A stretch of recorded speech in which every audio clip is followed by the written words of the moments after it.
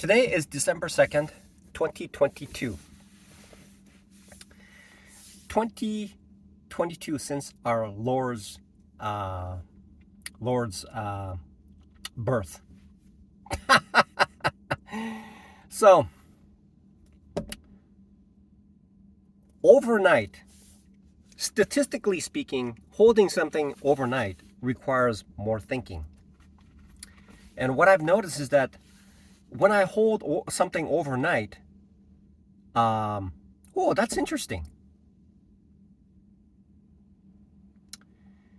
For the past 5 times that I held something overnight, it went down. Isn't it? What a correlation, isn't it? So right now it should be a bull market because of recently things have been climbing up. But it turns out holding something overnight, especially when certain conditions occur, actually it dips again for some odd reason. So most likely staging something on a Thursday to buy a put on a Thursday and then expecting something to happen on a Friday on a decline is may be a viable situation in statistically speaking, the way that I've been trading. And so now there are certain stocks that are more fitting to use that tactic. For instance, like Boeing today, generally speaking, it seems like the military stock and aviation stocks are actually doing well today. And so it was actually climbing. But for every other stock, essentially, all the other stocks were in the red territory. I mean, it started out that way, even this morning.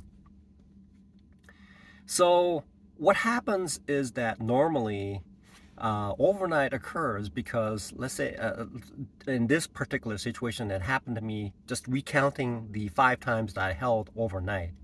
One of them was like Apple. It would dip and I'll hold it because I've already lost and I need to recoup, but I couldn't recoup towards the end of the day, and so I was just lazy, so I held it till the next day and then it dipped more. So essentially what happens is that a thought came to me today. Essentially what happens is that psychologically speaking, there's actually 2 things that are okay. There's I need to make another video on that. Okay, for this one here, overnight.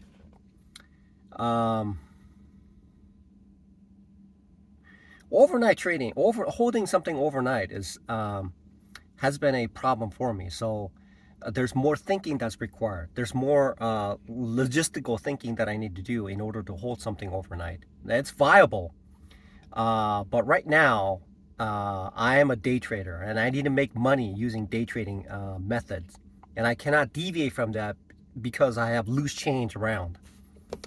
What I need to do is, when I am successful trading with a small amount of money, I need to scale that so that I can make money with that same amount. Just think of it in terms of risk units. Right now, the difference in the small amount with the amount that I have right now is too significant, because on red days, what I tend to do is, if I'm not making money, I tend to risk everything, try to get something back from it, and that can cause a severe loss. And that has been a problem since the past several days, because it would dip significantly, and sure enough today it just took a dip and it just never returned, and that's how I lose money. And so overnight I need to make sure that I make sure overnight needs to be thought out far more in advance before I hold anything overnight. And for the foreseeable future, I need to refrain from holding anything overnight. Even though it's very tempting to say that something will continue from today's really big run up and it'll overflow to the next day, I need to be cautious and avoid holding overnight, because that is a territory that I need to that is a subject matter that I need to explore before I risk any more money in that endeavor. Because usually what happens is I'm holding a stock that went down, and I'm upset because it went down, and then I attempted to wait till the last day, and then because it didn't go up, I held because of just pure laziness. I should have just cut my losses, and I should have just exited. Today, that's what I did. I am not going to hold Costco, even though I lost essentially whatever I made this week is gone just today, just because of Costco. Yeah, so overnight, it's a different subject matter that I need to consider before making overnight trades, and justify why I'm holding overnight.